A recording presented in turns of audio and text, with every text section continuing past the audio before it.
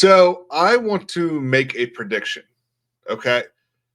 We've kind of seen, the court's calendars and the court's decisions over the last year kind of ebb and flow with anti-Trump decisions and anti-Republican, anti-American decisions, basically.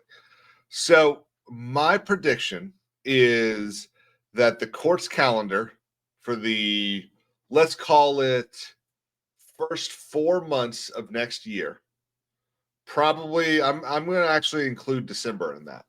From December through April, okay, December up until May, we're going to see multiple decisions throwing out redistricting maps. So the way it's done not every single year, but these states, they go back into session in January. Most of them, I think. I think there's only one or two states that have a full-time legislature. The rest of them are all part-time. So they go back into session in January, and everyone files their bills, pre-files them, and you kind of get a sense of the idea of what the legislature session is going to be like over the course of the year. The big one here in South Carolina was a tort law that passed that I still think is a really bad idea. I think the main issue with tort today is judges don't throw out enough cases. They just let these ridiculous cases go through. And I think attorneys are taking advantage of the system. There's a lot of issues I have. I think there's too many law schools. I think there's too many attorneys. I think there's too many lawsuits being filed that should probably have just been well, we're really sorry. Or there's lawsuits being filed that are getting payouts that are widely unjustified, all because people don't like insurance companies. And it's true, they don't. But that's not what this video is about.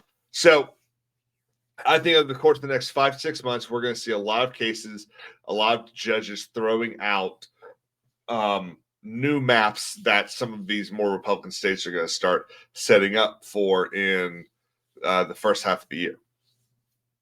And then in the summer, we're going to get a lot of cases deciding whether or not decisions that Trump makes about affordability are legal. And then we're going to start getting all the Supreme Court decisions in June, early July, maybe late May. And then the last half of the year, as we lead up to elections, there's going to be a whole lot of decisions that kind of decide on mail-in ballots, that decide on where you can picket in front of a polling location, that decide what the who can appear on a ballot, that can decide who can vote in a primary. We're going to get a whole bunch of decisions. And these things are going to look, a lot of people said that 2024 was the biggest election of our time. Charlie Kirk said it. They said it over at Turning Point USA. Hell, I think the Daily Wire said it. A lot of people said it. And they were right until now. 2026, if the Republicans lose the House or the Senate, it's going to be a shit show. So fighting needs to continue. Winning needs to continue. Now, the Supreme Court seems to be siding with Trump. They seem to be siding with America. They've overturned a whole bunch of stuff on their shadow docket that these these partisan judges are trying to wage lawfare and disrupt the agenda. But we'll see. But that's my prediction. The first half of the year is going to be a whole lot of election stuff, dealing with maps for representatives, and then where and when people can vote.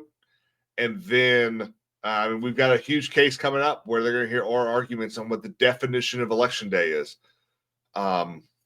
Seems like a no-brainer to me, but I'm just a man.